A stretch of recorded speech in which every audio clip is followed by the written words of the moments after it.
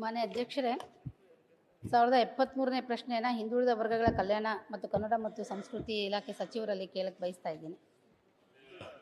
ಅಧ್ಯಕ್ಷರೇ, ಉತ್ತರವನ್ನು ಒದಗಿಸಲಾಗಿದೆ.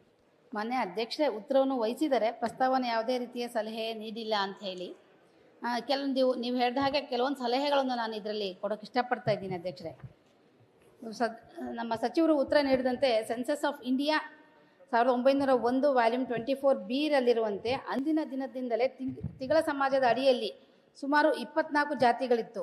ಪ್ರಸ್ತುತ ಸಮಾಜ ಕಲ್ಯಾಣ ಸಚಿವಾಲಯ ರಾಜ್ಯಪತ್ರ ಏಪ್ರಿಲ್ 11, 2002ರ ಪಟ್ಟಿಯಲ್ಲಿ ಪ್ರವರ್ಗ 2A ಕ್ರಮ ಸಂಖ್ಯೆ 10ರಲ್ಲಿ ಕೇವಲ 12 ಜಾತಿಗಳು ಮಾತ್ರ ಇದ್ದು ತಿಗಳ ಸಮುದಾಯಕ್ಕೆ ಸಂಬಂಧಪಟ್ಟಾದ ಜಾತಿಗಳನ್ನು ಬೇರ್ಪಟ್ಟಿರೋದನ್ನು ನಾವು ನೋಡಿದ್ದೀವಿ ಅಧ್ಯಕ್ಷರೇ.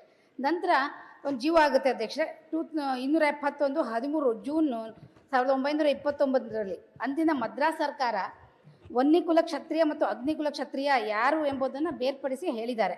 ತದನಂತರ ಸೆನ್ಸಸ್ ಆಫ್ ಇಂಡಿಯಾ 1941 ಮೈಸೂರು ಸರ್ಕಾರ ವ್ಯಾಲ್ಯೂಮ್ 23ರಲ್ಲಿ ತಿಗಳ ಸಮಾಜದವರು ಮತ್ತು ಅಗ್ನಿಕುಲ ಸಮಾಜದವರು ಎರಡೂ ಸಮಾಜ ಬೇರೆ ಬೇರೆ ಅನ್ನೋದನ್ನು ಸ್ಪಷ್ಟಪಡಿಸಿದ್ದಾರೆ. ಅಧ್ಯಕ್ಷರೇ, ರಾಷ್ಟ್ರೀಯ ಹಿಂದುಳಿದ ವರ್ಗಗಳ ಆಯೋಗವು ಈ ಕುರಿತು 1909ರಲ್ಲಿ ಸಂಶೋಧಕರು ಮತ್ತು ಮಾನವ ಶಾಸ್ತ್ರಜ್ಞರಾದಂಥ ಡಾಕ್ಟರ್ ಎಡ್ಗರ್ ಥರ್ಸ್ಟನ್ ಅವರ ನೀಡಿರುವ ವರದಿ ಮತ್ತು ಸಲಹೆಗಳಂತೆ ಇಂದಿಗೂ ಸಹ ಸರ್ಕಾರಗಳು ಅವರ ವರದಿಯನ್ನೇ ಮುಖ್ಯವಾಗಿ ಆಧರಿಸಿ ಜಾತಿ ಪದ್ಧತಿಗಳನ್ನು ಅನುಸರಿಸಿ ಹಿಂದುಳಿದ ವರ್ಗಗಳ ಆಯೋಗವು ಹಿಂದುಳಿದ ವರ್ಗಗಳ ಮೀಸಲಾತಿಯನ್ನು ಕೆನೆಪದರ ನೀತಿಯಂತೆ ಭಾರತ ಸಂವಿಧಾನದ ಅನುಚ್ಛೇದ 16ರಂತೆ ಕಾರ್ಯರೂಪಕ್ಕೆ ಕಾಲಕ್ಕೆ ತರ್ತಾ ಇರೋದು ಎಲ್ರಿಗೂ ಗೊತ್ತಿರ್ತಕ್ಕಂಥ ವಿಚಾರ. ಅಧ್ಯಕ್ಷರೇ, caste and tribes of southern India volume 6ರಲ್ಲಿ ವನ್ನಿಕುಲ ಕ್ಷತ್ರಿಯರ ಸಂಪೂರ್ಣ ಇತಿಹಾಸ ಮತ್ತು ಅವರ ಆಚರಣೆ ಪದ್ಧತಿ, ಸಂಸ್ಕಾರ ಮತ್ತು ಅವ್ರು ಪೂಜಿಸೋದು ರೀತಿ ನೀತಿಗಳ ಮೇಲೆ ಆವಾಗಿನ ಡಾಕ್ಟರ್ ಎಡ್ಗರ್ ಥರ್ಸ್ಟನ್ ರವರು ಅಂದಿನ ಬ್ರಿಟಿಷ್ ಸರ್ಕಾರದ ಮದ್ರಾಸ್ ಸರ್ಕಾರಕ್ಕೆ ವರದಿ ಸಲ್ಲಿಸಿದೆ. ಜಿಒ ನಂಬರ್ 271 ಜೂನ್ 13, 1929ರ ಆದೇಶನ ಹೊರಡಿಸಿದೆ. ಅಧ್ಯಕ್ಷರೇ, ಅದೇ ರೀತಿ ತಿಗಳರ ಸಮಾಜದ ಸಂಪೂರ್ಣ ಇತಿಹಾಸ, ಅವರ ಆಚರಣೆ, ವಿಚಾರ, ಪದ್ಧತಿ, ಸಂಸ್ಕಾರ, ಅವರು ಪೂಜಿಸ್ಕೊಂಡು ಬರ್ತಕ್ಕಂತಹ ದೇವರ ಪ್ರತಿಯೊಂದು ಮಾಹಿತಿಯನ್ನು ಸಂಶೋಧನೆಯನ್ನು ನಡೆಸಿ ಇದೇ ಡಾಕ್ಟರ್ ಎಡ್ಗರ್ ಥರ್ಸ್ಟನ್ ಅವರು caste and tribes of southern India volume 7ರಲ್ಲಿ ಅಂದಿನ ಬ್ರಿಟಿಷ್ ಸರ್ಕಾರದ ಮದ್ರಾಸ್ ಸರ್ಕಾರಕ್ಕೆ ವರದಿಯನ್ನು ಸಲ್ಲಿಸ್ತಾರೆ. ಅಧ್ಯಕ್ಷರೇ, ನಾನು ಹೇಳೋದು ಕಾಲಕ್ಕೆ ನಾವು ಆಯೋಗದವರಿಂದ ನೀವು ರಿಪೋರ್ಟನ್ನು ತಗೊಂಡಿದ್ದೀರಿ. ಹಿಂದೆ ದ್ವಾರಕನಾಥ್ ಆಯೋಗ, ಕಾಂತರಾಜ್ ಆಯೋಗ ಕೊಟ್ಟಿದೆ. ಜಯಪ್ರಕಾಶ್ ಹೆಗಡೆ ಅವರು ಸಹ ಇತ್ತೀಚಿನ ದಿನದಲ್ಲಿ ಅವರು ಸಹ ಒಂದು ಆಯೋಗ ಮಾಡಿ ಅವರು ಒಂದು ವರದಿಯನ್ನು ಕೊಟ್ಟಿದ್ದಾರೆ. ನನ್ನ ಕ್ಷೇತ್ರಕ್ಕೆ ಹೊಳೆಹೊನ್ನೂರಿಗೂ ಸಹ ಅವರು ಬಂದಾಗ ಅಲ್ಲಿರ್ತಕ್ಕಂತಹ ಗೌಂಡರ್ ಸಮಾಜ ಏನು ಈ ಕಾಲಮ್ 10ರಲ್ಲಿ ಬರ್ತಾ ಇದ್ದಾರೆ. ಅವರು ನಮ್ಮನ್ನು ಬೇರ್ಪಡಿಸಿ ನಮ್ಮನ್ನು 2A ಕ್ಯಾಟಗರಿಯಲ್ಲಿ ನಾವು ತಿಗಳರ ಸಮಾಜದ ಜೊತೆಗೆ ನಮ್ಮ ಅಸ್ತಿತ್ವ ಸಂಪೂರ್ಣ ಕಳ್ಕೊಳ್ತಾ ಇದ್ದೀವಿ, ನಮ್ಮದೇ ಆಚಾರ ವಿಚಾರ ಬೇರೆ ಇದೆ, ಅವ್ರದ್ದೇ ಆಚಾರ ವಿಚಾರ ಬೇರೆ ಇದೆ ಅನ್ನೋದನ್ನು ಅವರು ಸಂಪೂರ್ಣ ವರದಿಯನ್ನು ಕೊಟ್ಟಿದ್ದರು ಜಯಪ್ರಕಾಶ್ ಹೆಗಡೆ ಅವರ ಒಂದು ಇದರಲ್ಲಿ.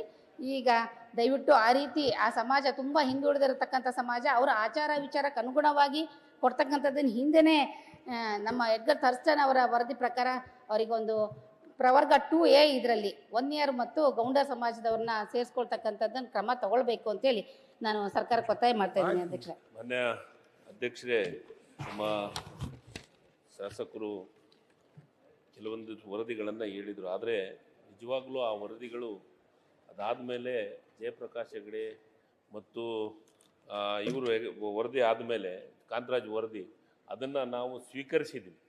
ಆದರೆ ಅದನ್ನು ಇಂಪ್ಲಿಮೆಂಟೇಷನ್ ಮಾಡಲಿಲ್ಲ. ಆದರೆ ಇವ್ರು ಹೇಳಿದ್ದು, ನಮ್ಮ ಸೋದರಿಯರು ಹೇಳಿದ್ದು ವನ್ನಿಕುಲ ಕ್ಷತ್ರಿಯ ಅನ್ನೋದನ್ನು ಹೇಳಿದ್ದಾರೆ.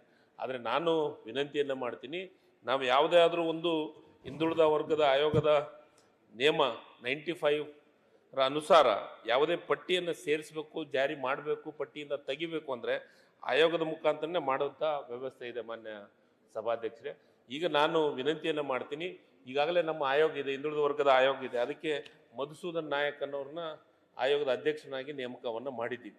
ಅವ್ರ ಹತ್ರ ಮನವಿಯನ್ನು ಕೊಡಲಿ. ಅವರು ಮನವಿಯನ್ನು ಕೊಟ್ಟ ಮೇಲೆ ಅದನ್ನು ಹೇರಿಂಗ್ ಮಾಡ್ತಾರೆ. ಮಾನ್ಯ ಅಧ್ಯಕ್ಷರೇ, ಯಾವುದೇ ಒಂದು ಜಾತಿಯನ್ನು ಸೇರಿಸ್ಬೇಕು, ಡಿಲೀಟ್ ಮಾಡಬೇಕು ಮತ್ತು ಸೇರಿಸ್ಬೇಕು ಅಂದರೆ ಅದಕ್ಕೆ ಆಯೋಗದ್ದು ಇದಾಗತ್ತೆ. ಏನೋ ಅವ್ರ ಹತ್ರ ಮನವಿ ಕೊಡಲಿ, ಅವ್ರು ಹೇರಿಂಗ್ ಮಾಡಿ ಸರ್ಕಾರಕ್ಕೆ ಕೊಡಲಿ. ಸರ್ಕಾರ ಕೊಟ್ಟರೆ ಅದರದ್ದು ಪೂರ್ಣ ಪ್ರಮಾಣದ ವರದಿ ಅಂತ ಮೊನ್ನೆ ಸದಸ್ಯರು ಹೇಳಿದ ರೀತಿಯೊಳಗೆ ಆ ಕೆಲಸವನ್ನು ಮಾಡ್ತೀವಿ. ನಾನು ವಿನಂತಿ ಮಾಡೋದಿಷ್ಟೇ, ಮನವಿಯನ್ನು ಈಗ ಇನ್ನೂ ಒಂದು ತಿಂಗಳಾಗ್ಬೋದು, 15 ದಿವಸ ಆಗ್ಬೋದು, 1.5 ತಿಂಗಳಾಗ್ಬೋದು. ಈಗಾಗಲೇ ಅದನ್ನು ರೆಡಿ ಆಗ್ತಾ ಇದೆ. ವರದಿ ರೆಡಿ ಆಗ್ತದೆ. ಈಗ ನೀವು ಕೊಟ್ಟರೆ ಹಿಯರಿಂಗ್ ಮಾಡಿ ನಮ್ಗೆ ಸರ್ಕಾರ ಕೊಡುವಂಥ ಕೆಲಸವನ್ನು ಮಾಡ್ತಾರೆ. ಯಾಕಂದರೆ ಜಯಪ್ರಕಾಶ್ ವರದಿಯವರು ಕೊಟ್ಟಿದ್ರು, ಆದರೆ ಅದನ್ನು ನಾವು ವರದಿ ಸ್ವೀಕಾರ ಮಾಡಿದ್ವಿ, ಆದರೆ ಜಾರಿ ಮಾಡೋಂಥದ್ದಾಗಲಿಲ್ಲ. ಯಾಕಂದರೆ ಅದು 10 ವರ್ಷ ಕೊಟ್ಟು ಇದು ತೆಗೆದುಕೊಂಡು 10 ವರ್ಷ ಆದಮೇಲೆ 10 ವರ್ಷ ಆದಮೇಲೆ ಅದನ್ನು ಮತ್ತೊಂದು ವರದಿಯನ್ನು ಮಾಡಬೇಕಂತ ಕಾನೂನುಗಳಿಗೆ ಇರೋದ್ರಿಂದ ಅದನ್ನು ನಾವು ತೆಗೆದುಕೊಳ್ಳೋಕ್ಕಾಗಿಲ್ಲ. ಮಾನ್ಯ ಸಭಾಧ್ಯಕ್ಷರೇ, ನಾನು ಸಹೋದರರಿಗೆ ಒಂದೇ ಮಾತಾಡೋದು, ನೀವು ಮಧುಸೂದನ್ ನಾಯಕರ ಹತ್ರ ಮನವಿಯನ್ನು ಕೊಡಿ, ಅದು ಹಿಯರಿಂಗ್ ಮಾಡಿ ಕೊಡುವಂತ ಕೆಲಸವನ್ನು ಮಾಡಿ, ಖಚಿತವಾಗ್ಲೂ ಅದಕ್ಕೆ ಪರಿಹಾರವನ್ನು ಇದಕ್ಕೆ ನಾನು ಹೇಳ್ತಿರೋದು, ಗೌಂಡರ್ ಸಮಾಜ ಇವತ್ತು ಅದರ ಅಡಿಯಲ್ಲಿ ಬರಲಿ ಅಂತ ಹೇಳಿ ಹಿಯರಿಂಗ್ ಅಲ್ಲಿ ಕೊಟ್ಟಿದ್ರು ಆ ಸಮಾಜ. ದಯವಿಟ್ಟು ಅವ್ರಿಗೆ ನ್ಯಾಯ ಕೊಡಿ. 1 ಇಯರ್ ಮತ್ತು ಗೌಂಡರ್ ಸಮಾಜಕ್ಕೆ ಅವರ ಆಚಾರ ವಿಚಾರ ಗೌಂಡರ್ ಈಗ ಒಕ್ಕಲಿಗರ ಇದ್ರಲ್ಲಿ ನಾವು ತಗೊಳ್ತಾ ಇದ್ದೀವಿ. ಅವರ ಆಚಾರ ವಿಚಾರ ಅನುಗುಣವಾಗಿ ಕೊಡೋಕೆ ಅವಕಾಶ ಇದೆ. ಅವರು ಕೊಟ್ಟಿದ್ದು ಸರಿ ಇದೆ, ಆದ್ರೆ ನಾವು ಆ ವರದಿಯನ್ನ ಸ್ವೀಕರಿಸಿದ್ವಿ, ಅದನ್ನ ಜಾರಿ ಮಾಡಂತ ಕೆಲಸ ಮಾಡ್ಲಿಲ್ಲ. ಮಾಡ್ಲಾರ್ದ ಹೊಸ ಆಯೋಗವನ್ನ ನೇಮಕ ಮಾಡಿದ್ವಿ. ಈಗ ಹೊಸ ಆಯೋಗದ ಮುಂದೆ ಅವರು ಮನವಿ ಕೊಡ್ಲಿ, ಅಲ್ಲಿ ಹಿಯರಿಂಗ್ ಮಾಡಿದ್ಕು ಅದನ್ನ ಮಾಡ್ಲಿ.